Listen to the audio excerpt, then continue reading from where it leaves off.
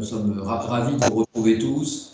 Et c'est devenu une rencontre, alors pas sous ce format-là habituel, mais assez traditionnel, puisque c'est la 9e édition de notre observatoire que nous présentons cette année, en essayant d'être assez analytique dans notre perception des choses. Et pour nous accompagner aujourd'hui, donc, vous allez avoir nos deux auteurs, qui sont Dominique Loinard, qui est consultant expert chez nous depuis largement plus d'une dizaine d'années maintenant, et Alexis Maréchal, qui est directeur de mission, que vous connaissez bien, et puis Thomas Rougier, qui est secrétaire général de l'Observatoire des finances de la gestion publique locale, nous fait l'amitié de partager cette présentation ce matin, à la fois en tant que grand témoin, ce qui lui permettra de réagir s'il le souhaite, mais également pour nous apporter toute lumière sur la perception qu'il a de la façon dont s'est terminé le mandat précédent, notamment à l'échelle du bloc communal, et puis de nous apporter aussi son regard sur la manière dont il envisage les choses sur les prochaines années, dans un contexte qui est à la fois financièrement et puis aussi sur le plan sanitaire pas très simple à aborder. Donc, je remercie à nouveau tous ceux qui sont présents. Je rappelle les règles qui sont simples. Si vous le voulez bien, c'est que vous coupiez vos micros et vos caméras pour que ça donne plus de fluidité de bande passante. En revanche, vous avez toute possibilité pour poser vos questions via le chat. N'hésitez pas, nous essaierons d'y répondre soit au fil de l'eau, soit à un moment propice s'il y a des thèmes qui se rejoignent. Mais le but, c'est qu'il y ait un dialogue qui se crée et surtout, n'y résistez pas. Donc, je vais peut-être en un mot vous redire ce qu'est Orphéor, ce que nous sommes, pour ceux qui nous connaissent peu ou pas assez. Orphéor, c'est une structure qui a une trentaine d'années. C'est un des plus vieux cabinets de conseil en finances locales qui existe sur ce marché, avec une spécificité, c'est que nous travaillons essentiellement sur tout ce qui est gestion de la dette et gestion du financement par recours notamment aux emprunts. Associé à ce conseil spécifique qui nous a amené à être assez actifs, notamment au moment de la désensibilisation de la dette toxique, mais pas que, nous avons une plateforme qui s'appelle Perform, qui permet, pour ceux qui y sont abonnés et ceux qui voudraient la découvrir, de suivre en temps réel leurs dettes de façon extrêmement pratique, avec tous les outils habituels que doit représenter ce type d'outils, mais également notre spécificité, c'est d'avoir des tableaux de bord qui vous sont dédiés, que vous pouvez personnaliser, tant d'ailleurs sur la dette propre que sur la dette garantie, puisque de ce point de vue-là, nous avons suivi de la dette garantie qui est particulièrement fin et analytique et qui est assez appréciée à la fois dans sa dimension technique et de sa dimension un peu politique, qui est assez nouvelle pour un certain nombre d'utilisateurs et qui trouvent là des choses qu'ils n'y trouvaient pas ailleurs. Voilà. Excusez-moi. Vous avez un déroulé de quelques images de la plateforme, mais on ne va pas s'y attarder trop longtemps. Si vous avez besoin qu'on revienne sur ces sujets-là, n'hésitez pas à vous manifester auprès des uns ou des autres. Et nous allons plutôt rentrer dans le vif du sujet avec, alors, peut-être en attendant les derniers qui interviennent, on peut peut-être dérouler le film, Alexis, ça permettra aux derniers arrivants.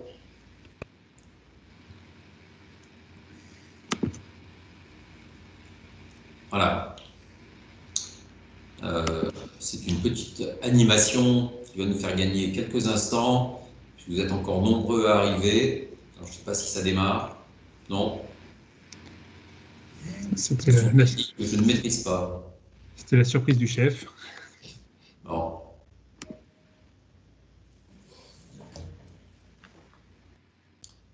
Bon. Vous la voyez? Oui.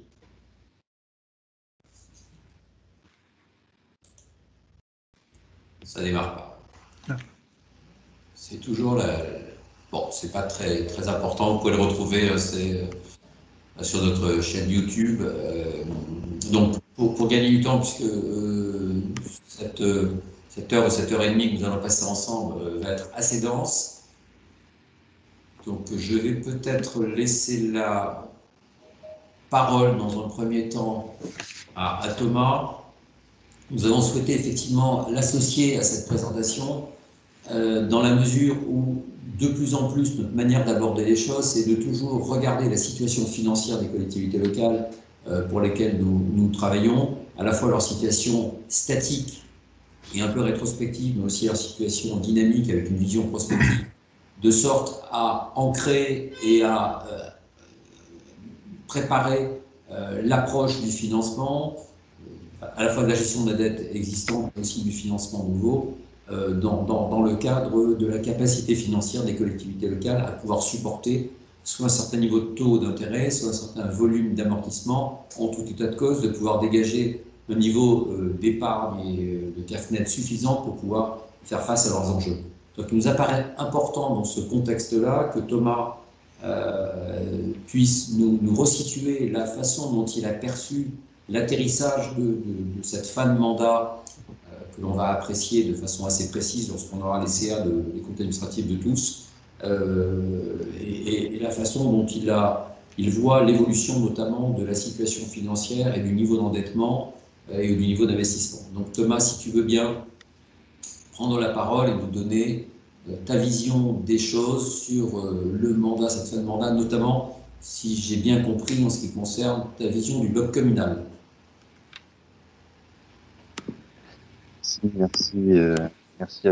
Merci pour l'invitation, Bernard et toute l'équipe. Comment faire ceux qui non seulement font leur job, mais en plus partagent des informations précieuses pour mieux comprendre la politique locale. Je suis toujours présent si il faut participer, alors avec une forme d'humilité, hein, parce que la situation fait que une visibilité très claire dans les politiques locales, c'est plein d'événements un peu plus difficiles, mais... Si je puis me permettre, on t'entend pas très bien. On m'entend pas très bien?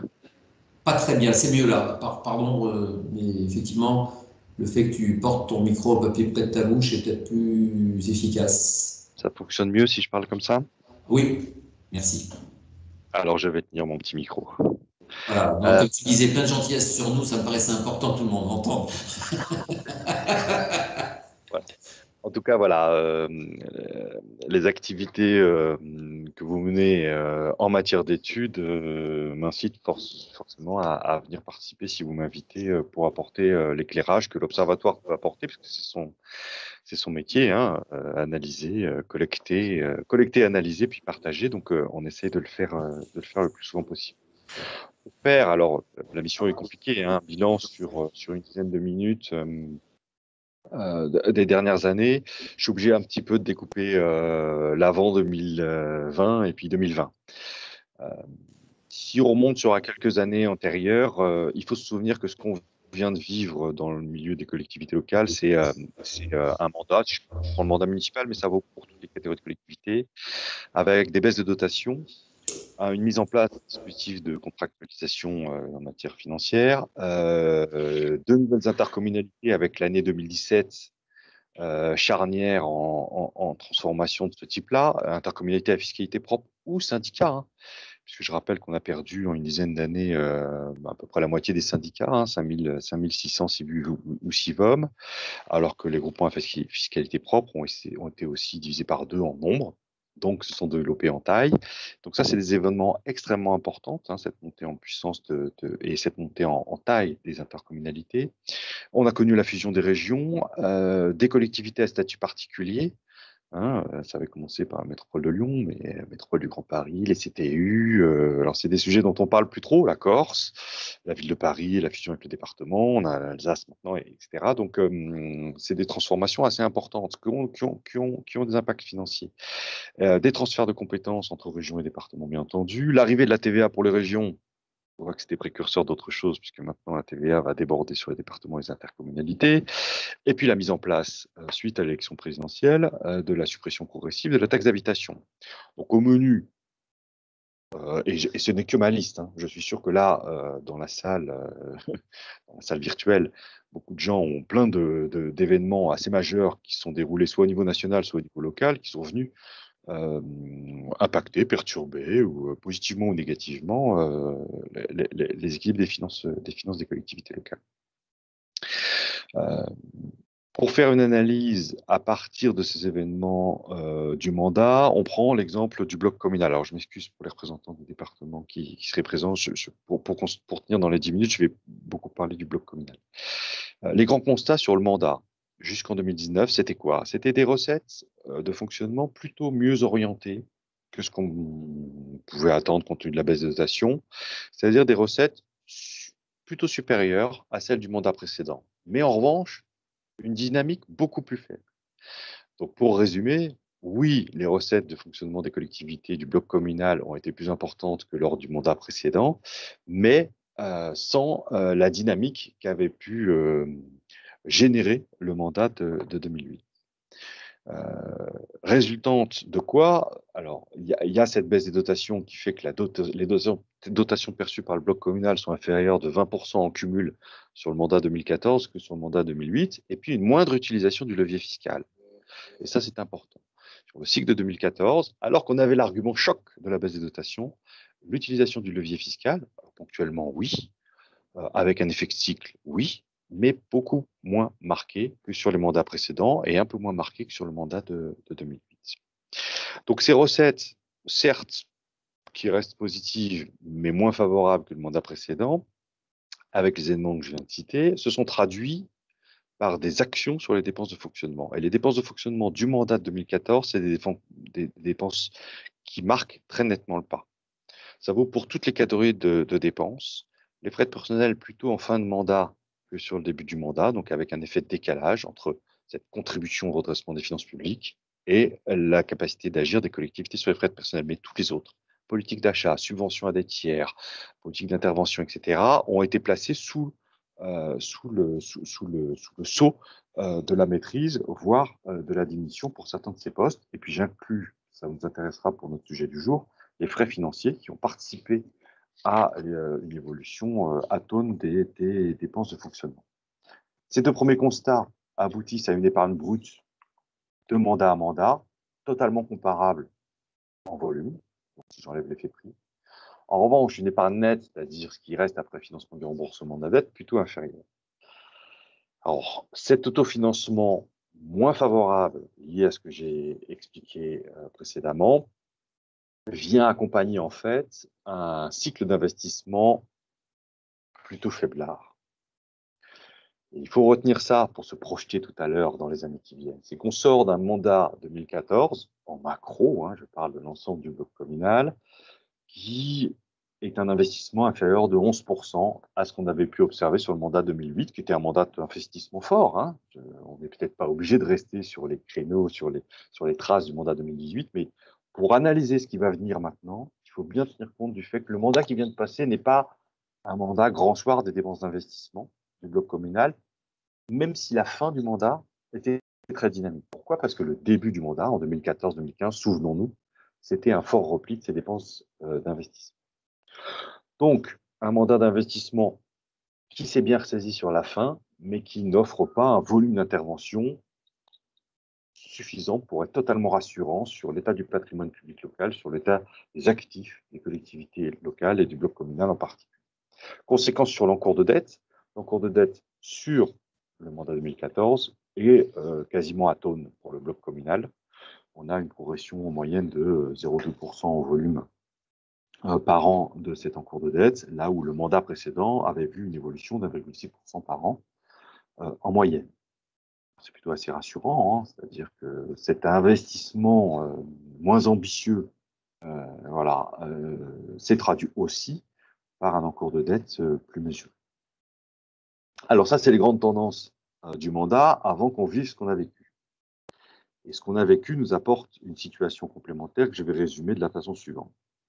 En 2020, pour le bloc communal et de ce qu'on sait, les recettes de fonctionnement seront en baisse. En baisse pour les communes et peut-être en légère hausse pour les groupements à fiscalité propre. D'accord? Un peu préservés par la CVAE.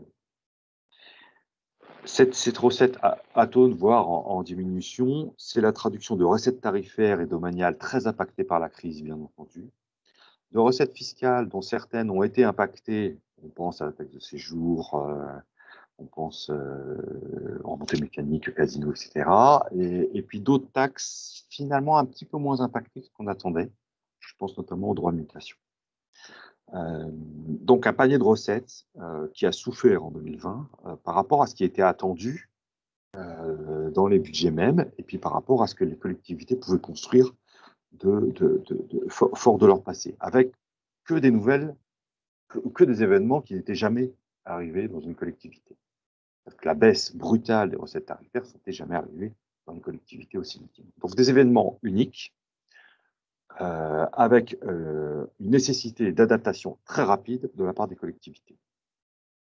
Du côté des dépenses, on s'attend à des dépenses de fonctionnement dans les résultats définitifs qui seront stables pour le bloc communal, avec une part baisse d'activité, fermeture de services, suppression d'événements, et puis de l'autre, mise en place d'achats assez exceptionnels. Là aussi, pour la première fois, on achetait des masques, on achetait des matériels, on réaménageait des locaux pour réaccueillir du public après la fermeture, etc. etc. Donc, une masse de dépenses et d'organisation. Je ne parle pas des dépenses informatiques, de la mise au télétravail, de l'organisation des ressources humaines, etc. Enfin, le monde a changé aussi pour les collectivités. Il faut qu'on se souvienne de ça. Hein. Ça n'a pas changé que pour les entreprises ou les particuliers. Ça a aussi changé pour les collectivités.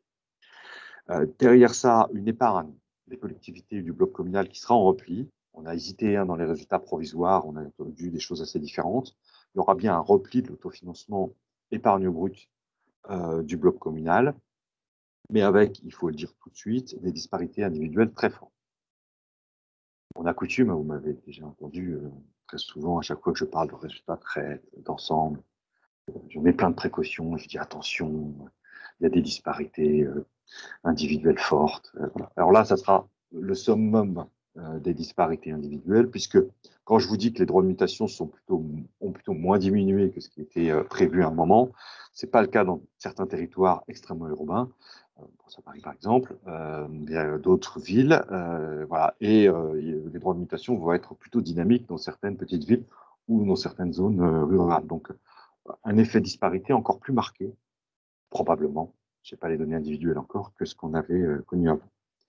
Cette disparité, en revanche, on ne la retrouvera pas forcément sur l'investissement, où là, le résultat de la baisse des dépenses d'investissement aux alentours de moins 15% pour les dépenses d'équipement direct, hein, des réalisations directes, sera quasi général, avec des gens qui auront des diminutions de 50 ou 60%, puis d'autres qui seront en instabilité, mais en tout cas, le mouvement de baisse des dépenses d'investissement, lui, sera global. Ça, c'est un des événements très importants. C'est l'ampleur de cette baisse, puisque on s'attendait à une dépense d'équipement du bloc communal, à des dépenses d'équipement en baisse. Ça sera bien le cas, et c'est bien le cas en 2020, mais elle sera particulièrement forte. Et là, ça renvoie aussi un petit peu à 2014, où la baisse de l'investissement avait eu lieu. C'était normal, c'était l'année de l'élection, mais elle avait été d'une ampleur dopée par la baisse de dotation et par des incertitudes en matière d'organisation territoriale.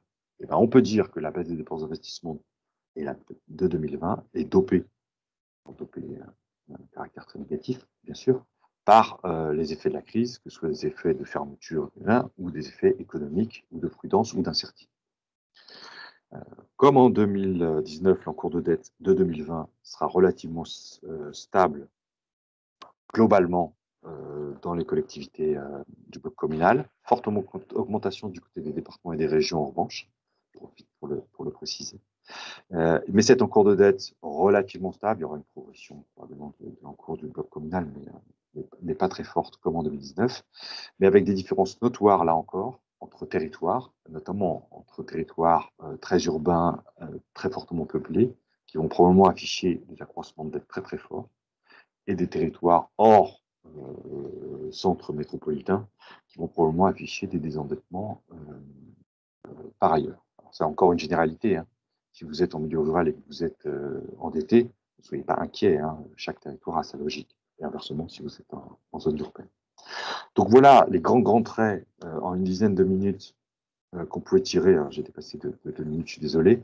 Qu'on pouvait tirer sur la période passée, avec de façon incontournable le besoin dans les mois prochains de faire des analyses très différenciées, et pas que par strate, comme j'ai pu le citer là, très différenciées par type d'activité, de type géographique, de type de dépendance à certains secteurs de nos territoires. Et donc, ces analyses différenciées, il faudra qu'on les mène, nous à l'Observatoire, mais avec un maximum de gens qui seront avec nous au sein du comité scientifique et technique de l'Observatoire.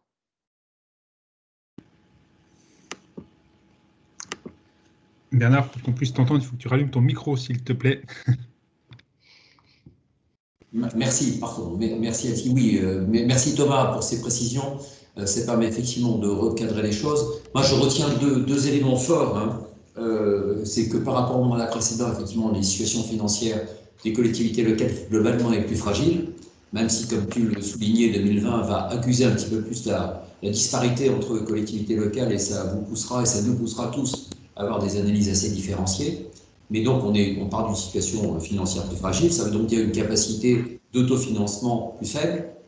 L'autre élément que tu soulignais, c'est effectivement une baisse assez nette pendant le mandat de l'investissement et notamment en fin de mandat, avec peut-être un effet report sur le mandat suivant. C'est vrai qu'en 2020, on a eu à la fois les élections et le Covid, donc ça peut, compte tenu de la mise en place des gouvernances qui était assez tardive, dans le bloc communal et aussi dans les syndicats, ça peut éventuellement reporter les investissements sur des années futures. On verra comment on envisage les choses. Mais ça c'est quand même une situation assez particulière, effectivement, qui fait que, on en reparlera tout à l'heure, mais partant d'une situation assez fragile où l'autonomie financière aussi est assez relative au niveau du bloc communal, sur les communes quasiment perdues et sur les intercommunalités de plus en plus en passe d'être perdues. On se posera des questions tout à l'heure sur ce qui reste comme possibilité pour les collectivités locales de faire face à leurs besoins et aux besoins de territoire. Tu soulignais une chose tout à l'heure, et je m'arrêterai là avant de passer la parole à Alexis et à Dominique. Tu parlais de l'état des actifs, mais aussi de l'état du patrimoine, parce que effectivement, s'il n'y a pas d'investissement, c'est pas simplement construire pour construire, c'est aussi parfois simplement pour maintenir le patrimoine. Et comme le disaient certains de nos clients quand on leur pose la question, c'est souvent la variable d'ajustement qui est que lorsqu'on a de l'argent, on entretient le patrimoine. Quand on en a moins, on entretient moins le patrimoine et ça pose la question aussi de l'état de l'actif public. Voilà, on va descendre, et cette question des actifs est un vrai sujet d'avenir, je pense, qu'on aura l'occasion de reparler. Donc, je vais laisser la parole à Dominique et Alexis, qui vont vous présenter en détail notre perception de l'Observatoire des financements du secteur public, donc, je le répète, pour la 9e année consécutive, ce qui fait qu'il y a une forme de répétition dans notre modèle, mais aussi d'éléments d'appréciation d'une année sur l'autre. Donc, je laisse Alexis vous présenter tout ça. Merci Bernard. Donc, en effet, nous arrêter sur les principaux éléments de cet observatoire et vous recevrez dans les toutes prochaines heures donc le document complet que vous connaissez et qui reprendra l'ensemble des données, des analyses de ce document. Bernard le disait, observatoire réalisé pour la 9e année consécutive. Quelques rappels méthodologiques importants. On répertorie tout au long de l'année l'ensemble des offres reçues par toute l'équipe des consultants dans le cadre des consultations qui peuvent être lancées ou des offres faites par les banques. Donc cet observatoire reflète notre panel de clients, des collectivités communes, mais aussi départements, structures intercommunales, syndicats, donc de 1000 à plus de 100 000 habitants, avec un regard sur 3 éléments. Eh bien, le comportement des acteurs du marché. Vous savez qu'on est très attentif à la relation collectivité locale, banque, l'évolution des produits de financement proposés, et puis bien sûr, ces aspects plus quantitatifs, le suivi et la valorisation des conditions financières qui sont proposées. Quelques points d'attention qui peuvent donner quelques biais, bien sûr, comme toute étude aux données que nous vous présentons. Eh bien, le panel, ce sont nos clients. Et un biais certainement certain, c'est que eh bien, l'offre répond à une demande. Et vous savez combien chez Orfeo, nous sommes attentifs et exigeants sur les cahiers des charges que nous construisons ensemble. Donc, quelque part, il y a un peu toujours la problématique de l'œuf et la poule. l'offre des banques aussi s'adapte à la demande que vous, collectivités locales, vous faites. Et donc, peut-être que les résultats de l'étude sont aussi orientés par cette demande, par cette attention, notamment sur les aspects qualitatifs que l'on a quand on construit avec vous les cahiers des charges. Deuxième point, là, Thomas Rougier le soulignait, Bernard également, on a vécu une année 2020 très particulière. Bien évidemment aussi, l'offre dépend, et le cahier des charges également conçu par le client, dépend aussi du calendrier mis en œuvre. C'est vrai qu'on a eu une année très tronquée, hein, d'abord par un premier trimestre de période électorale où traditionnellement il ne se passe pas grand-chose, puis le confinement, puis la crise sanitaire, et donc l'année a véritablement démarré à la rentrée de septembre, sur le dernier trimestre, ce qui peut expliquer certaines évolutions, et notamment, pour ne pas être plus long, quand on fait une consultation en fin d'exercice, bien évidemment, la durée de mobilisation des fonds ou la durée de la phase de mobilisation est peut-être plus courte que si on lance la consultation en début d'année, voilà, pour illustrer peut-être le type de biais que l'on peut avoir dans notre étude, mais que nous analysons de toute façon. Alors, pour entrer dans le vif du sujet, sur le panorama des acteurs du financement, eh bien, vous savez que c'est le premier indicateur que l'on regarde, ou sur lequel on est très attentif, c'est le fameux taux de couverture, c'est-à-dire quel volume une collectivité reçoit lorsqu'elle lance sa consultation par rapport au volume demandé. Allons droit au but, 2020 n'a pas posé de problème, là aussi au niveau macro, de problème de liquidité. 453%, quand je demande 100, eh bien en moyenne, j'ai reçu des réponses à hauteur de 453. Vous voyez, c'est mieux qu'en 2019 où j'étais à 407%, donc plus de liquidité de manière globale proposée en 2020 par rapport en 2019. Mais cette analyse globale, unique, serait trop rapide, et Dominique va nous donner quelques précisions et nous expliquer quelques disparités entre collectivités locales, entre taille de collectivité et situation financière des collectivités. Oui, merci Alexis. Alors en effet, on peut constater qu'il y a deux grosses catégories qui vont se détacher. La partie des petites et des toutes petites collectivités qui ont une couverture en nette augmentation sur l'exercice 2020. C'est lié en grande partie au montant. Les petits montants sont en général facilement couverts. Les banques répondent plutôt sur la totalité. Et les grandes collectivités, donc plus de 100 000 habitants, elles voient également une augmentation de leur taux de couverture. Et là, à l'inverse, c'est la capacité à mobiliser beaucoup plus d'acteurs, comme nous le verrons ultérieurement sur la répartition entre les différents établissements prêteurs. On voit un espèce de noyau mou, si j'ose utiliser cette expression, sur les collectivités un peu de taille moyenne, donc entre 20 et 100 000 habitants. C'est lié effectivement au décalage des consultations qui ont eu lieu au quatrième trimestre de l'année 2020. Les banquiers ne viendront pas nous contredire sur l'engorgement pratiquement de tous les comités de crédit sur la fin de l'année dernière, du fait de cette hausse de la demande qui a été reportée donc sur le dernier trimestre. Pour autant, si tu veux bien passer sur la slide d'après, on sait, et ça fait déjà depuis 2018 que l'on suit ce graphique-là, donc qui vient prendre, pour comparer d'un côté la capacité de désendettement de l'année d'avant. Je rappelle ici que ce sont les chiffres de la DGCL publiés sur la base des comptes de gestion. Donc lorsque l'on présente 2020, c'est la capacité de désendettement au 1er janvier. Donc on n'a pas d'impact de la crise de la Covid. Et donc ce rapport entre finalement la santé de la collectivité, sa taille et le montant de la consultation demandée.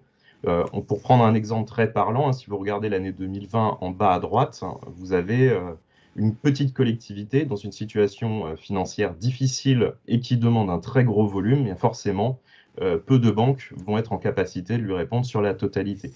À l'inverse, en haut à gauche, entre 2 et 4 ans, on a une collectivité de taille relativement importante qui demande un montant modeste, et bien on a une couverture qui peut monter jusqu'à 700 voire 800% de réponse.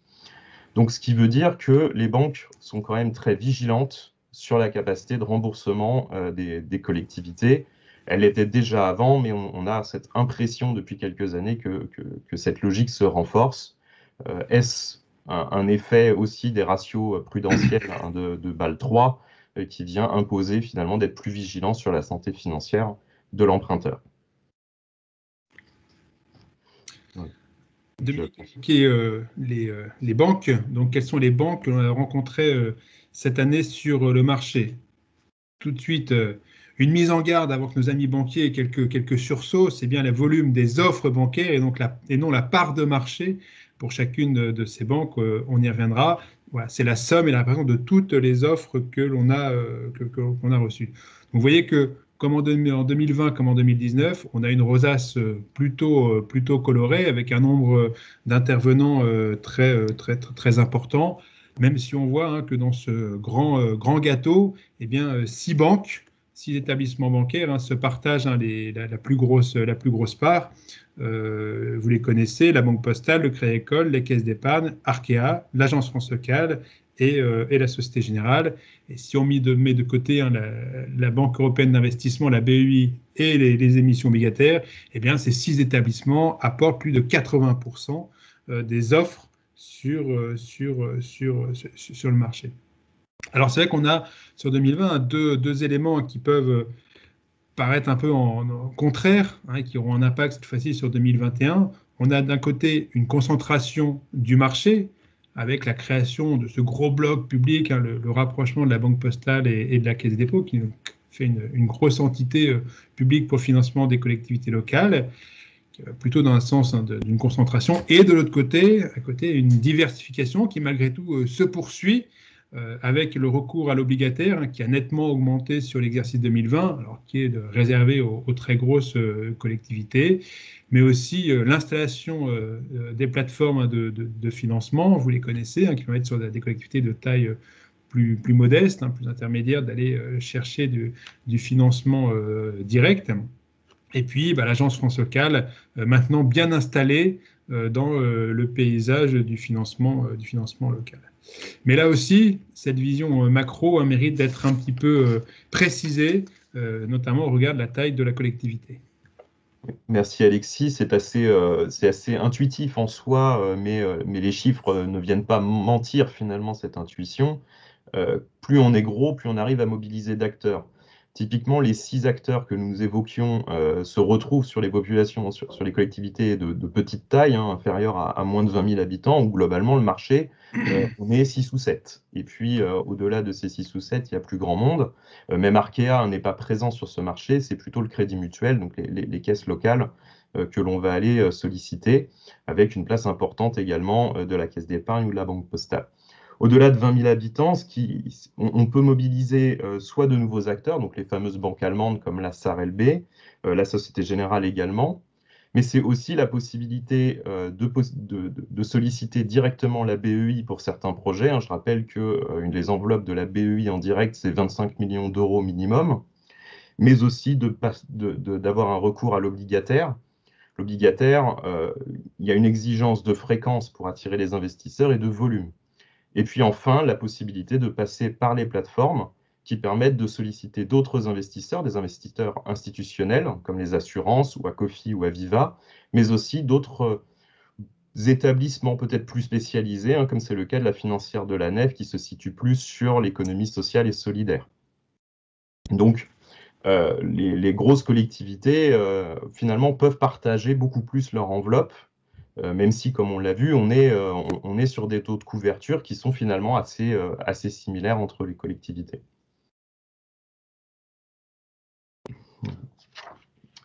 Donc ce graphique, pour rappel, c'est un graphique de probabilité de réponse. C'est-à-dire, si je sollicite une banque, quelle est la probabilité qu'elle vienne me répondre? Ce qu'on voit essentiellement sur l'exercice 2020, c'est le retour massif de BPCE, grâce à l'intervention de la foncière du groupe, donc du crédit foncier, qui vient apporter de la liquidité supplémentaire qui permet d'augmenter les réponses. La Banque Postale est toujours plutôt bien positionnée, c'est-à-dire que si on devait faire un panel de banques à solliciter dans n'importe quelle consultation, la Banque Postale, BPCE, le Crédit Agricole arriverait en tête des banques à solliciter. Pour revenir au Crédit Agricole, donc comme vous le savez peut-être, on a 39 caisses différentes et donc 39 stratégies différentes en matière de réponse, ce qui peut conduire éventuellement à un peu plus de sélection de la part des caisses sur les collectivités ou sur le financement. Mais comme nous allons le voir sur les résultats, eh bien, ça n'a pas forcément été négatif pour le Crédit Agricole d'avoir été un peu plus sélectif sur les collectivités. Donc, le taux de transformation ici, l'année 2020 est une année très particulière puisque par son intervention, la Banque Centrale Européenne a conduit à un effondrement de la courbe des taux qui s'est fortement aplati, voire est passé intégralement négatif de façon ponctuelle, ce qui a conduit à, sur le marché des collectivités, des conditions financières extrêmement resserrées, extrêmement proches. Et ça a permis de cette façon finalement de faire jouer la concurrence et la diversification entre les établissements sans avoir une critique, remarque éventuelle en conseil municipal. Là où cette diversification n'aurait pu ne pas être justifiée si on avait un écart de 10 points de base, mais quand on n'a plus que des écarts de 2-3 points de base entre établissements, on peut se dire finalement, plutôt que de donner la totalité à l'un, on va répartir entre les différents établissements. Et c'est pour cette raison que l'on voit monter déjà depuis 3 ans le Crédit Agricole, mais la Société Générale a fait un bon retour sur l'année 2020 et c'est également le cas d'Arker. À l'inverse, là encore c'est sur notre panel, des banques qui sont très performantes en général sur leur taux fixe, comme la Banque Postale ou l'Agence France Locale, eh bien, se sont retrouvées un peu plus mises en concurrence. Ça ne veut pas dire qu'ils ne sont pas retenus, mais qu'ils sont moins retenus en termes de volume sur la totalité de la consultation. On peut ajouter, Dominique, aussi que ces banques qui avaient connu vraiment, l'Agence France Locale et la Banque Postale, un très grand succès aussi sur les années passées. En effet, certaines collectivités locales, dans une optique de division du risque, en effet, ont peut-être moins privilégié ces établissements aussi pour préserver leur capacité à emprunter auprès de ces banques dans les années futures. Donc la part de marché par banque, et cette fois-ci vraiment les banques qui ont été retenues. Alors on retrouve bien évidemment les 6 acteurs majeurs du marché. Et encore une fois, donc la Banque Postale demeure la banque qui a été la plus retenue au cours de l'exercice 2020, 25% dans notre panel. Et donc on retrouve le Crédit Agricole, les caisses d'épargne très proches à 15%, qui sont en 2e et 3e position. À noter la Banque des Territoires, nouvelle entité, nouveau nom de la banque du groupe Caisse des Dépôts, qui a su trouver une nouvelle place au cours de l'exercice 2020, notamment par l'enveloppe BEI, qui a permis à la Banque des Territoires de proposer des taux fixes très performants sur des durées parfois longues, jusqu'à 25 ans, et donc sortir de son modèle classique qui souvent pénalisait ses offres d'un taux indexé sur livret, alors qu'il trouvait du sens sur du financement de projet avec des durées très longues, mais là sur des produits plus classiques avec des phases de mobilisation réduites, qui pouvait quand même malgré tout aller jusqu'à 12 mois, eh bien la Banque des Territoires a su pleinement trouver sa place, d'autant plus avec des barèmes mensuels qui parfois permettaient d'être aussi en décalage par rapport au marché. Voilà pour les acteurs et le panorama bancaire pour 2020. Deuxième axe, donc comment a évolué l'offre, plutôt sur les aspects qualitatifs des produits. Alors quelles sont les offres, les types d'offres proposées par les banques? Alors, pour bien comprendre ce graphique, ce qu'on qualifie de taux fixe, c'est quand une banque vient proposer uniquement du taux fixe. Et puis, l'offre mono-index fixe, eh bien, c'est quand une banque propose soit l'un, soit l'autre au sein de sa même enveloppe, contrairement aux produits donc multi-index, où là, eh bien, vous pouvez après gérer votre risque de taux tout au long de la vie du contrat. Alors, là, le marché a été clairement orienté par le niveau des taux et par la demande des collectivités locales.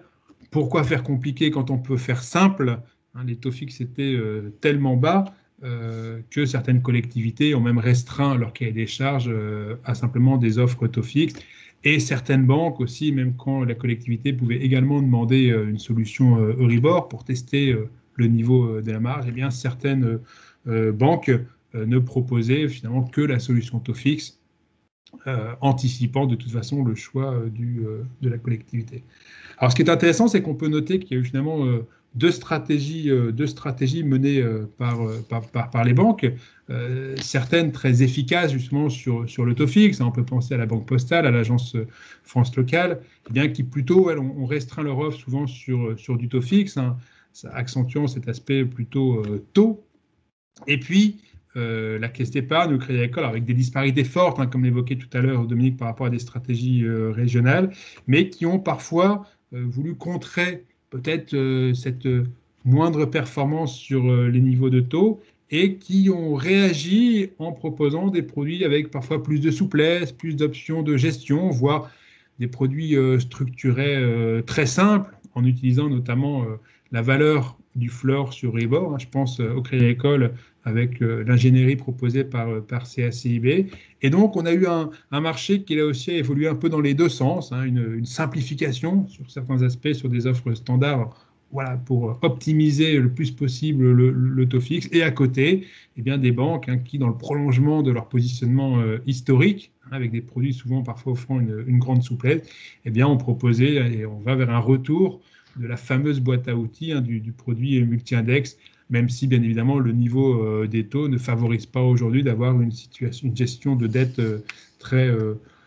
un peu plus complexe, non pas très complexe, un peu plus complexe, mais peut-être que 2021, on le verra, pourra ouvrir de nouvelles perspectives sur justement cette gestion du risque de taux. Alors, on le voit bien quand on affine l'analyse hein, par rapport au type de banque. Vous voyez, on retrouve l'AFL et LBP.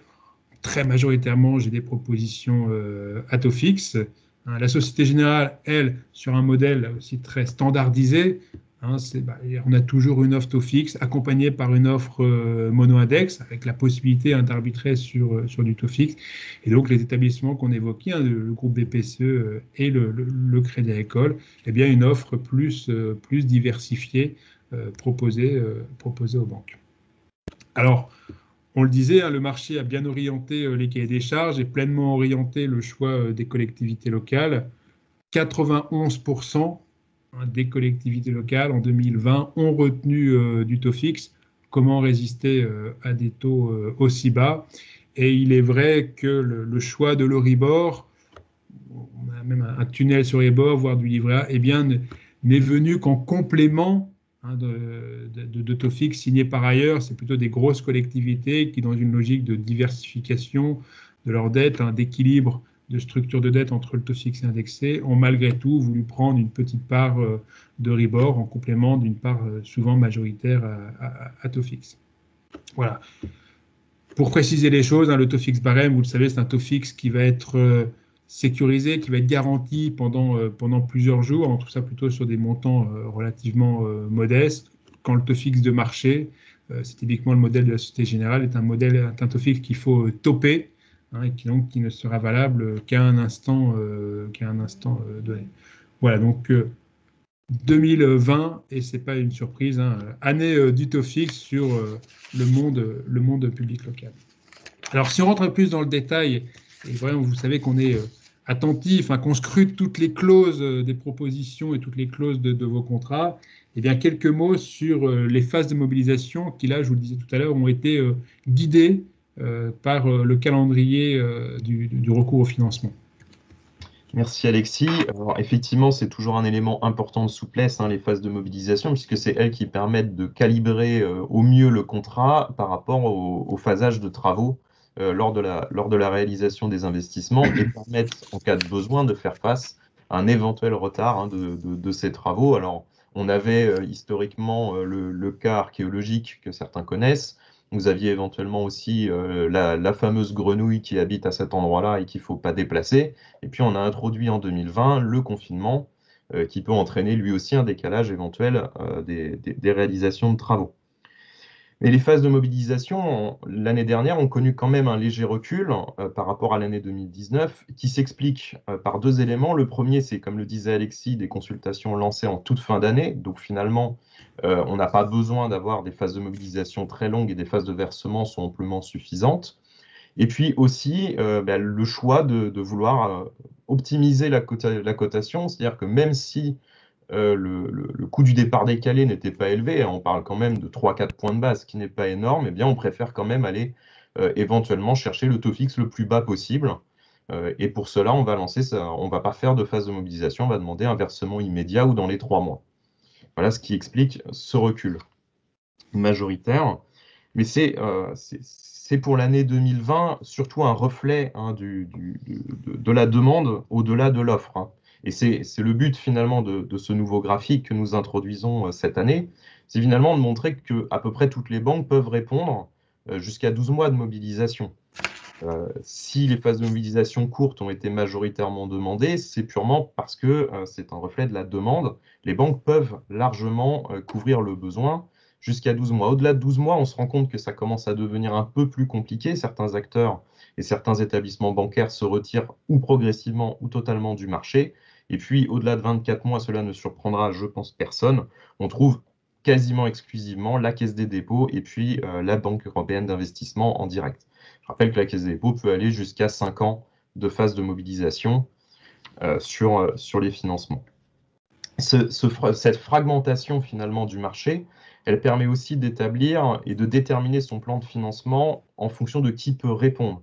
Et on a un peu cette impression, chez Orphéor, et Alexis ne me contredira pas là-dessus, d'une espèce de zone de confort par établissement. Certains vont être plus positionnés, ils vont préférer aller faire du moins de 3 mois, et puis d'autres vont aller plutôt sur du 12 mois, voire au-delà. Et finalement, le cahier des charges ne sert plus à sélectionner les banques entre elles, mais aussi à établir la façon dont on va mobiliser les fonds en fonction de ses besoins, et donc on va plus sélectionner l'établissement prêteur en fonction de sa capacité à répondre au cahier des charges plutôt que de la simple logique de la condition financière.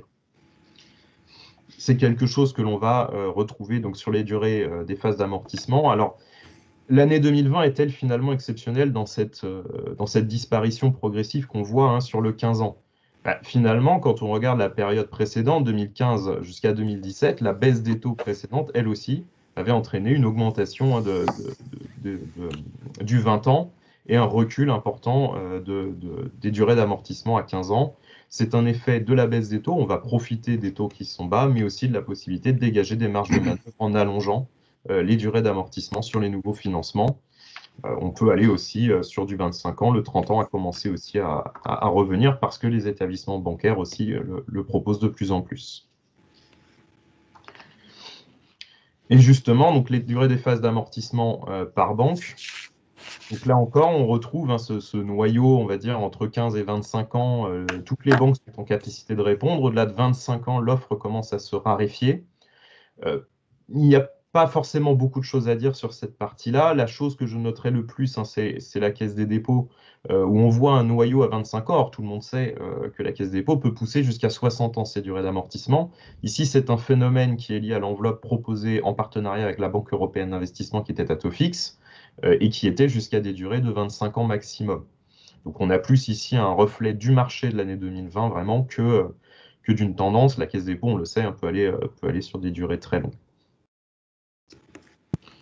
Voilà, merci Dominique. On voit bien, donc on a un marché, des consultations bancaires qui ont été menées en 2020 qui, au-delà de la recherche du meilleur prix, permettent finalement de construire son plan de financement en fonction des caractéristiques de chacune des banques. Dominique évoquait des zones de confort. Eh bien, c'est vraiment tout ça l'enjeu aujourd'hui des consultations bancaires, c'est de percevoir sur chacun des acteurs bancaires là où il va être le plus à l'aise, là où il va être le plus performant. Et aujourd'hui, on constate qu'on a une complémentarité, finalement plus qu'une concurrence, une complémentarité entre les établissements bancaires. On va pouvoir véritablement construire la couverture de son besoin de financement en fonction des points forts de chaque établissement.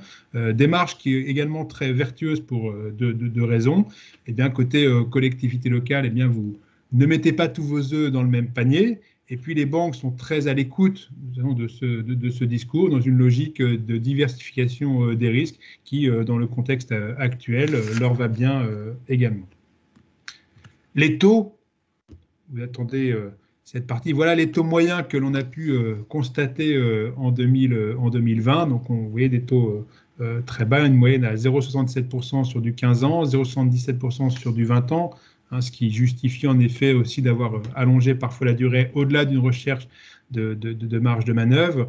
On voit bien la cassure entre le T2 Alors avec un panel relativement restreint en plus sur ce deuxième trimestre, compte tenu de la situation que l'on avait, c'était plus des consultations qui étaient en cours avant le 16 mars, il y a juste un an, début du confinement. Et puis un marché très actif en 2000 au T3 et au T4, ce qui a permis d'aller chercher des taux minimums, alors un peu au-dessus des taux 2019, où on a eu un creux exceptionnel au retour de l'été en 2019, mais vous voyez un minimum à 0,33 sur 15 ans et 0,46 sur 20 ans.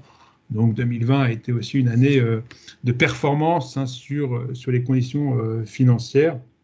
Niveau que l'on retrouve également sur les marges, avec le surcoût lié à la rigidité issue du confinement, où quasiment du jour au lendemain, certaines marges ont pu doubler dans certains établissements. Et puis quand la situation s'est détendue, eh bien, on retrouve des marges autour de 0,50 sur 15 ans comme sur 20 ans. N'oublions pas que nous parlons ici de la marge faciale, mais que derrière ces marges faciales se trouve aussi la problématique de la valeur du floor sur les bords, qui est aujourd'hui quasiment proposée par l'ensemble des banques. Voilà, je vous invite vraiment à reprendre toute cette partie dans le document que vous recevrez, une analyse beaucoup plus fine, notamment par l'outil statistique dit de la boîte à moustaches, où vous pourrez avoir le comparatif entre les différents établissements bancaires, leur positionnement tout au long de l'année, et notamment aussi l'analyse des marges sous-jacentes, des marges implicites pour chacune des propositions que l'on a retenues. Voilà pour 2020. En quelques mots, et pour ne pas être trop long, on va essayer d'être très synthétique sur cette dernière partie. Quelle perspective pour l'exercice 2021? Allez, en 2 mots, Dominique, tu nous parles un petit peu des taux courts comme des taux longs. Alors, les taux courts, vous devrez, et la Banque centrale a finalement confirmé qu'en cas de surchauffe, elle interviendrait sur les marchés. Donc, les taux courts devraient rester très bas. Aujourd'hui, ils sont négatifs. Et même au plus fort de la crise du confinement et donc de la Covid, les taux sont restés négatifs sur le segment court terme de la courbe des taux. Ne pas oublier qu'aujourd'hui, pratiquement toutes les banques floor à 0 le Euribor, donc ce qui revient à payer la marge. Voilà, donc les taux courts devraient rester très bas. Et les taux longs, eh bien là, on a depuis le début de l'année un regain de tension, alors qui est lié d'abord à un facteur conjoncturel lié à la hausse de l'inflation, qui est une hausse d'une part mécanique, puisque les sous-jacents ont légèrement monté par un simple effet de base, et puis aussi parce que les États-Unis ont mis en œuvre un plan de relance important. On est sur 1,9 millier de milliards de dollars. Donc on est sur des très gros montants qui laissent craindre un retour de l'inflation et une surchauffe éventuelle de l'économie américaine, et par ricochet sur l'économie européenne. Toutefois, les pays européens étant pour la plupart extrêmement endettés, la Banque centrale européenne s'assurera que l'impact ne soit pas trop important. Donc on devrait avoir, en cas de besoin, une intervention de la Banque centrale européenne sous forme de rachat d'actifs. Aujourd'hui, où est-ce qu'on est? Alors on a un premier trimestre qui est traditionnellement calme, et peut-être encore plus cette année. Alors, bien évidemment, le contexte sanitaire pèse toujours. Au sein des collectivités locales, vous êtes encore en train de gérer les modifications des protocoles sanitaires dans tous les services publics. Ça prend énormément de temps. Les budgets ne sont pas encore votés. Il y a encore quelques jours pour les voter. Et puis, c'est le premier budget plein du bloc communal. Donc, dans ce contexte très incertain, très bousculé, eh bien, les PPI sont encore en cours de calage. Pour autant, et là vraiment dans le prolongement aussi de l'exercice 2020, Thomas Rougier reviendra peut-être, eh bien beaucoup de collectivités, notamment les grosses collectivités, ont la volonté de s'inscrire notamment dans les plans de relance annoncés par l'État, et en tout cas sur leur territoire, de pleinement jouer leur rôle de premier investisseur public pour soutenir et pour relancer la machine économique. Alors quelques cotations pour illustrer un peu ce début d'année. Vous les avez devant vous. Ça reste intéressant, même si, donc, bien évidemment, ça intègre également la hausse des taux constatée depuis le début d'année. Comme autre actualité, eh bien, les banques peuvent parfois revenir vers vous pour des objectifs d'arbitrage de taux. Quand on a d'anciens contrats, un taux indexé avec des marges très basses, eh bien, il est possible d'arbitrer un emprunt sur Euribor sur un taux fixe à 0% pour sécuriser définitivement le taux sans prendre le risque, sans avoir de surcoût budgétaire immédiat. Et puis, on trouve ça et là encore quelques négociations ou quelques tentatives de négociation sur des produits structurés qui restent dans l'encours, parfois des produits de pente, parfois des produits indexés sur les cours de change francs-suisses et dollars. Renégociations qui peuvent être menées dans le cadre de l'article 6 du fonds de soutien, puisque le fonds de soutien peut encore intervenir pour les collectivités qui en avaient fait la demande. Alors, compte tenu de cette situation, de ce marché, quelle stratégie pour 2021? Alors, la boule de cristal n'est jamais très claire, mais là, plus encore cette année.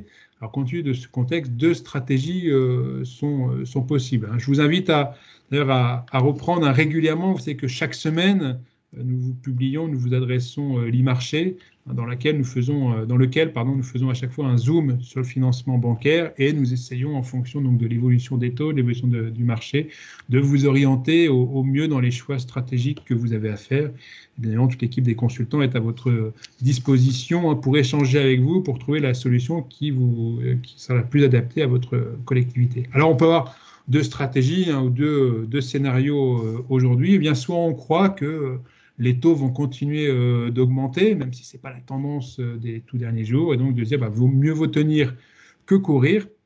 Eh bien, je lance dès que possible ma consultation bancaire pour autant que mon budget soit voté ou que j'ai les délibérations et les délégations nécessaires pour sécuriser la liquidité, capter des taux qui, malgré tout, demeurent performants. Et puis voilà, je sécurise mon besoin de financement, je sécurise mon taux, avec malgré tout le danger d'avoir fait ça un petit peu trop rapidement, que mon estimation de mon besoin de financement ne soit pas bien calée, donc je me retrouve avec un montant mal adapté, alors que je pourrais prendre une phase de mobilisation pour aller jusqu'en 2022, mais ce sera peut-être pas forcément très précis. On peut aussi imaginer qu'une inversion de marché, que les taux finalement rediminuent, donc que je me retrouve à avoir signé mon contrat plutôt sur un petit pic, une petite pointe, et donc après, j'ai apporté un coup d'opportunité. Et puis, quand les taux longs remontent, donc j'ai une pontification de ma courbe des taux, et donc une augmentation du coût du départ décalé, si vraiment je veux que mon emprunt démarre en fin d'année ou en 2022. Donc, ce n'est pas plutôt la stratégie sur laquelle nous, on s'appuie. C'est la stratégie un peu d'un départ immédiat, plutôt de patienter un petit peu. 2021 sera certainement une année avec une forte volatilité et on aura des chocs forts sur les indicateurs liés aux effets bases qu'évoquait Dominique. On ne sait pas la vitesse de la vaccination, il y a beaucoup d'incertitudes, donc on aura de fortes volatilités et donc de patienter, de veiller sur l'évolution des taux. Vous savez qu'on est là aussi, on vous transmet régulièrement des informations, on vous alerte régulièrement en fonction de l'évolution des taux, et puis d'attendre d'avoir une meilleure visibilité aussi pour apprécier véritablement son besoin donc, de financement. Alors le risque de cette stratégie, c'est que la hausse des taux se poursuive. Ça, on ne peut pas écarter ce risque. Si les taux baissent, eh bien, la stratégie est gagnante, mais si les taux augmentent, on se dit, voilà, on a trop attendu, on a trop patienté, les taux sont encore plus élevés. Mais ce risque, pour nous, peut être géré, peut être contourné, puisque vous pouvez très bien demander aux banques également une proposition sur taux indexé. On l'a vu, maintenant, toutes les banques peuvent vous faire une proposition fixe ou Euribor. Et là, on le voyait que le bas de la courbe des taux, lui, ne bouge pas. Et donc, vous pourrez limiter un surcoût éventuel en allant chercher de l'Euribor. Alors, en plus, choix qui n'est pas définitif, qui n'est pas irrévocable, puisque vous pourrez éventuellement, dans le futur, gérer cet Euribor en l'arbitrant sur tout ou partie de la durée résiduelle. Et puis, ce recours à l'Euribor, de toute façon, n'est pas risqué ou présente pas forcément un danger, puisque sur toutes ces dernières années, sur tous ces derniers exercices, les collectivités locales ont augmenté très sensiblement, parfois 70, 80%, la part de leur dette sur taux fixe, donc ont apporté une bonne inertie, une bonne sécurisation de leur dette, peut-être même parfois un peu trop de rigidité.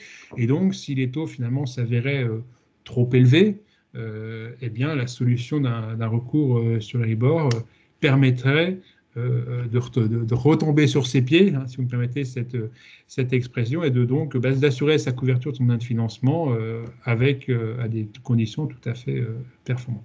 Voilà, en tout cas, on est extrêmement attentif, hein, plus que jamais, sur le contexte économique, le contexte de taux, sur le comportement des banques au cours des prochaines semaines, des prochains mois, pour que nous puissions vous apporter au quotidien toutes les meilleures recommandations et trouver avec vous donc la solution la plus adaptée. Voilà, merci pour votre attention et on est également à votre disposition pour répondre à toutes vos questions. Sinon, je laisse la parole à Bernard Andrieux et Thomas Rougier. Merci.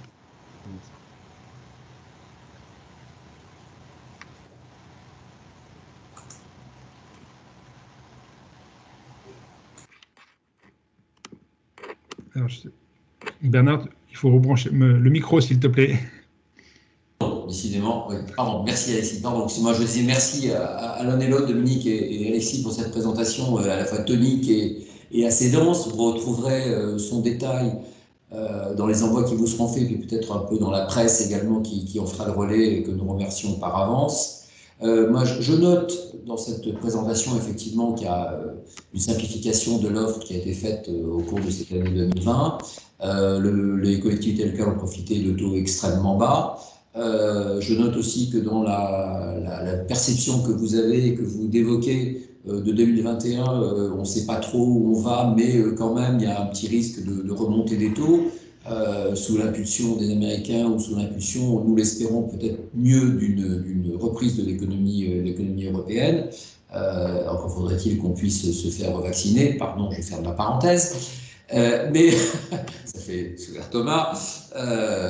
Et donc la question que je vais poser à Thomas, qui est une question extrêmement simple, hein, aujourd'hui, à la fois dans cette fragilité des finances locales, du bloc communal notamment, qu'il a souligné tout à l'heure, et puis dans une perspective éventuelle d'une remontée, certes peut-être pas énorme des taux d'intérêt, mais potentielle, comment est-ce qu'on peut envisager l'avenir du secteur public et le volume d'investissement pour pouvoir répondre aux besoins du territoire, à la fois dans l'entretien du patrimoine, on le disait tout à l'heure, à la fois pour faire face aux besoins.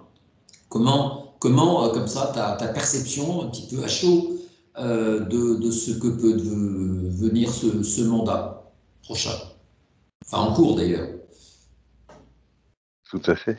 Alors, merci déjà pour les résultats, parce que partie de la réponse est effectivement dans l'offre de financement aussi, hein, pour cette question d'investissement. Si on prend les perspectives dans l'angle de quel investissement pour demain, encore une fois, peut-être en se concentrant sur le bloc communal, même si je pourrais dire un mot des départements et des régions aussi, une façon de répondre en étant un petit peu affirmatif, pas trop, c'est retrouver un cycle d'investissement type mandat 2008, dont je parlais tout à l'heure, ça semble inatteignable. Se rapprocher du mandat de 2014, c'est envisageable, mais ça va être difficile. Alors pourquoi ça va être difficile ? Parce que la chute de 2020 est très forte, je vous l'ai signifié tout à l'heure, et je vais vous mettre un chiffre derrière ça. Cette chute de dépenses d'équipement du bloc communal en 2020 fait que l'année 2020 est 8% plus faible que le point de départ du mandat de 2014 et 14% plus faible que le point de départ du mandat 2008 en euros constants. Donc on part avec un petit effet de retard qui sera à mon avis difficile de rattraper pour être sur les traces du mandat 2008 et très difficile à rattraper pour être sur la trace du mandat de 2014. Alors pourquoi ? Parce qu'il y a ce point de départ bas et que par ailleurs, l'acteur public a un fonctionnement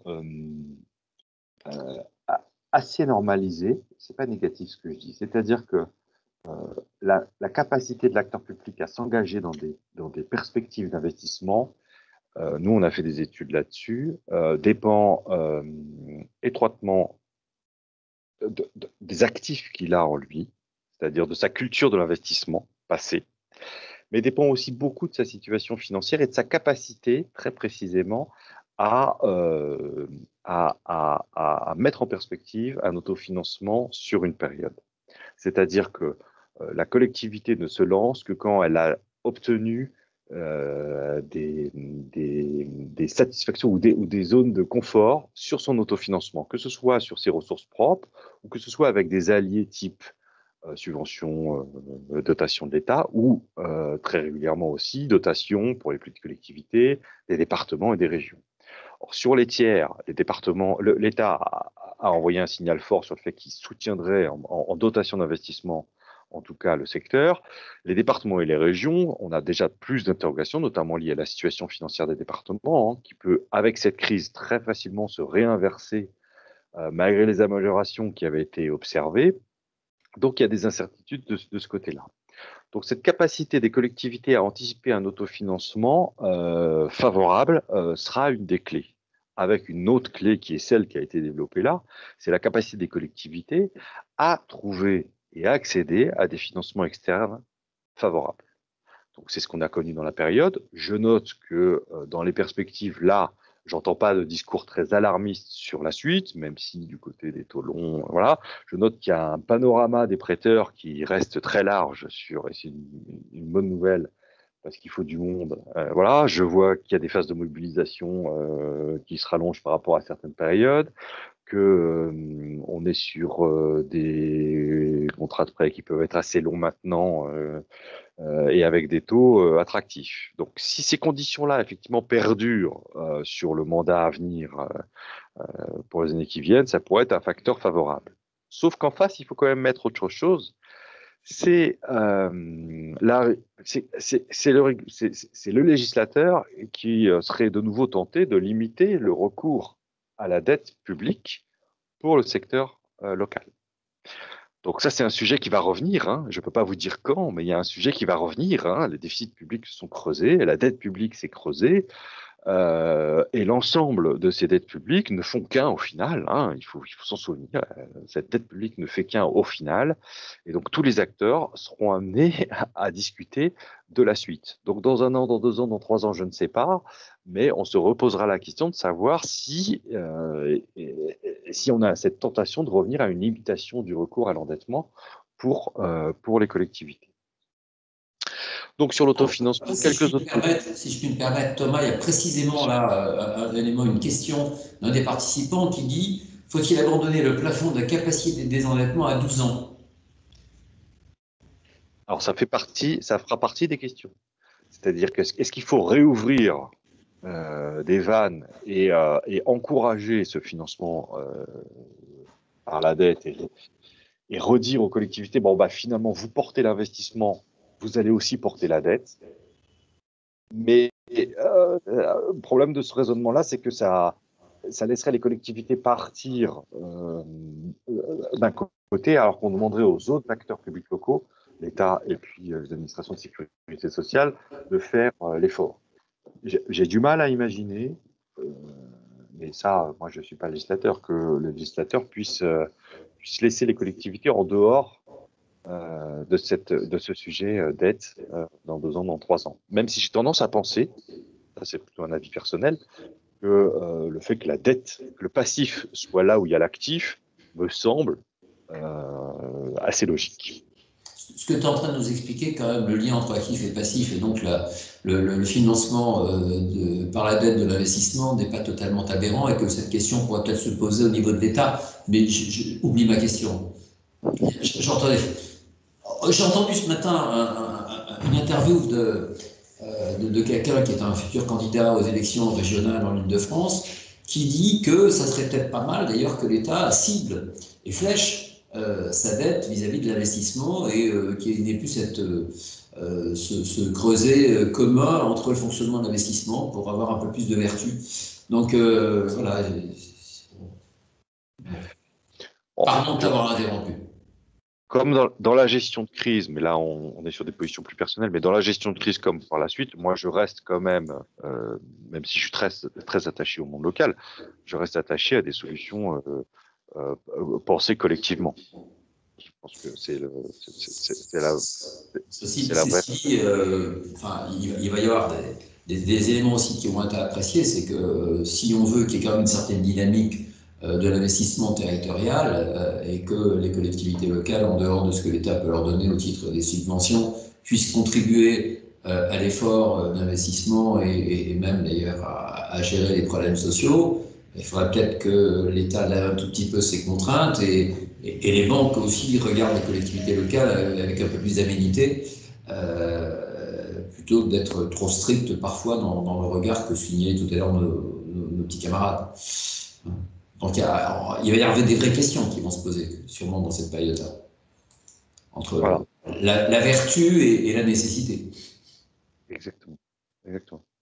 Et donc, du coup, en parallèle à ces financements externes, cette possibilité ou non de recours à l'endettement et de la possibilité des collectivités d'accéder à des financements favorables, il y a cette capacité propre des collectivités et elles veilleront toujours dessus. Là, je fais un raisonnement qui est très global, mais je observe depuis trop longtemps ce secteur voilà. On ne passera pas à côté du fait que les collectivités s'engageront dans cette ambition, plan de relance, investissement massif, avec des enjeux, n'oublions pas hein, que derrière, il y a des enjeux, notamment environnementaux, qui seront localement une clé, et pas sur le mandat d'après. Hein. Soit on le règle sur ce mandat-là, soit on s'y attaque sur ce mandat-là, soit après on sait que c'est trop tard. Donc il y a des enjeux forts, mais de toute façon, en face, les collectivités reparleront de leur autofinancement, de leur épargne brute, de leur épargne nette, on l'appelle comme on veut, et donc de ce qui attend les collectivités en matière de recettes. Et là, on sait que restent des doutes sur certaines recettes fiscales, sur les recettes tarifaires, sur les recettes domaniales. On a en 2021 à nouveau hein, des questions de fond sur ces recettes-là. C'est pas le grand soir du retour de recettes tarifaires hein, cette année. C'est pas le grand soir des recettes domaniales non plus hein, sur les premiers mois. Et on voit bien que l'inversion ne sera vraiment que au second semestre, en fin de second semestre. Je parle des recettes des collectivités. Que la CVAE va baisser en 2021. Alors certes, beaucoup moins que ce qu'on pouvait anticiper à un certain moment. Les intercommunalités qui sont avec nous là vont s'attendre à une CVAE qui baissera peut-être un petit peu moins parce que les entreprises ont peut-être versé un petit peu plus que prévu l'année dernière. Mais si c'est pas 2021, ce sera 2022. Hein. Le fait qu'il y ait eu une récession assez forte en 2020 va bien se traduire sur la CVAE, à l'euro près, hein, ça ne marche pas comme ça, mais en tout cas, va bien se traduire. Donc CVAE 2021 et 2022, c'est mal. Alors 2021, ce sera une très légère baisse, ça a été annoncé, moins 1%. Ça veut dire que 2022, ça sera forcément du moins 5, du moins 6, du moins 7, j'en sais rien, ça dépend aussi d'un certain nombre de résultats de cette année. Mais voilà, donc il y a des enjeux sur certaines recettes, il y en a qui ont présenté une texture plus favorable, type droit de mutation, que ce qu'on pouvait attendre, mais d'autres sont encore en train de subir les effets de la crise. Donc il y a ces effets-là, et qui se rajoutent à d'autres effets qui sont celles sur la réforme fiscale elle-même.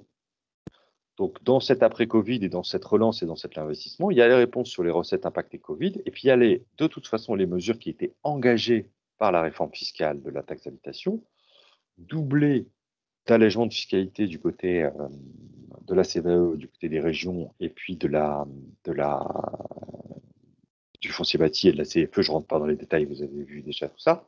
Voilà. Mais donc, l'ensemble de ces mesures-là aura des traductions, dont aucune, alors à part la CVAE, des régions troquées par de la TVA, qui protègent de la baisse dont je parlais juste avant, le reste sont des mesures qui ne peuvent pas embarquer les collectivités dans une anticipation d'une dynamique folle. Alors, certaines de ces mesures-là sont relativement protectrices. On pense au fait de récupérer de la TVA, enfin, protectrices dans un premier temps, récupérer de la TVA, on peut trouver ça relativement protecteur, sauf que dans quelques années, on se reposera la question de cette TVA répartie par territoire, je pense aux départements et aux intercos, mais aux départements, voilà, et elles vont tous bénéficier éventuellement de hausses de TVA, de la hausse nationale de TVA. Voilà, ça permettra de faire des prospectives. Je sais que Bernard aime bien la partie prospective. Donc, ça aidera peut-être sur des aspects prospectifs, mais il faudra aussi s'attendre à ce que dans 8 ans, dans 9 ans, dans 10 ans, dans 12 ans, j'en sais rien, il y ait une baisse de TVA. Donc, il faudra aussi l'anticiper. Donc, voilà. Donc, ce panier de nouvelles recettes, le coco, la redistribution de foncier bâti entre territoires, je ne rentre pas dans les détails, hein, parce que je sais qu'on n'a pas le temps. Mais tout ça, ça pose des questions qui élève certains doutes qu'il va falloir lever le plus rapidement possible, parce que l'ennemi de la construction d'un autofinancement solide, prompt à soutenir l'investissement, l'ennemi, c'est l'incertitude. Donc, il va falloir répondre aussi. Il y a une incertitude qui a, pour l'instant, disparu par rapport au mandat précédent. C'est on ne commence pas le mandat par une baisse de dotation. Ça, c'est la bonne nouvelle pour les collectivités. En macro, il n'y aura pas l'effet contribution au redressement des finances publiques que tous les niveaux de collectivité avaient connu à partir de 2014. Donc ça, c'est la partie positive. Et puis après, vous avez aussi une période de gel des taux sur les résidences secondaires, de gel de taux sur la GEMAPI, vous avez des redistributions et vous avez des impacts sur le foncier bâti, probablement de la crise aussi à venir, même si ce n'est pas des effets type à la même échelle que la CVAE. Donc voilà. Donc il va falloir lever doute après doute pour pouvoir imaginer, j'allais dire, la tête de l'autofinancement, et à partir de ça, pouvoir définir une ambition forte du côté des dépenses d'investissement des collectivités. Merci beaucoup Thomas. Tu as souligné effectivement que j'étais un fan de la prospective, ça n'a pas changé et je le suis d'autant plus que, comme tu viens de le souligner, la situation est à la fois complexe, mais très balisée d'une certaine façon. Finalement, on connaît à peu près tous les critères et on croit comprendre au travers de ton propos que les marges de manœuvre sont assez faibles. Donc finalement, construire une prospective pour au moins les communes et les EPCI à fiscalité propre, c'est relativement simple. Si on t'entend, pour faire très très court, on a toujours la même chose sur les prochaines années, à peu de choses près, qui sont les recettes tarifaires, les recettes de poche et éventuellement les droits de mutation. Et donc les marges de manœuvre semblent assez faibles si on t'entend.